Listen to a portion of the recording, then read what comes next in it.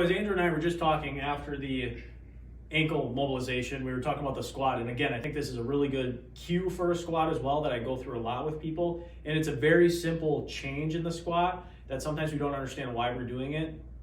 And again, I think it's a really good fix for people that have lack of ankle mobility, which I do myself.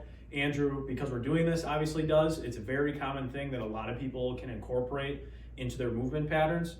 So somebody that has limited ankle mobility, so we'll show Andrew before he has his heels elevated. So Andrew, just do a squat for us.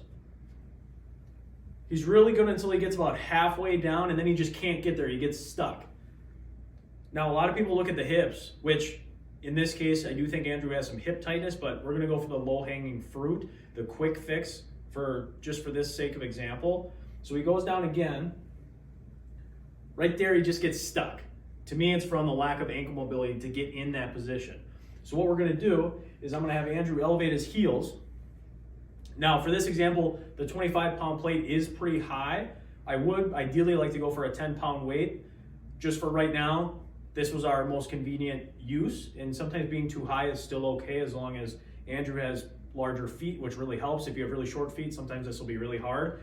You can see that he's able to have most of his foot in the ground still, but if you feel like your toes are just in the ground, whatever the weight is just too high. So we're gonna elevate his heels, which just gives the ankle a little more range of motion to work with because we're starting in a plantar flex position. Now Andrew's gonna go down, and as you can see, he gets much farther into the movement.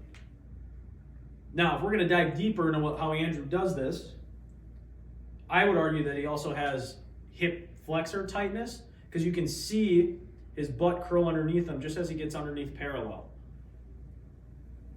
But as we can see from the beginning of this video to now, this is much better movement. And I think Andrew would agree that this feels better for you too, right? Yeah. So again, elevating the heels with the squat, if you feel like you just can't get deep enough or it just feels like you're fighting so much tension, elevating the heels is a perfect thing to add in. Try this little modification and let us know how it works.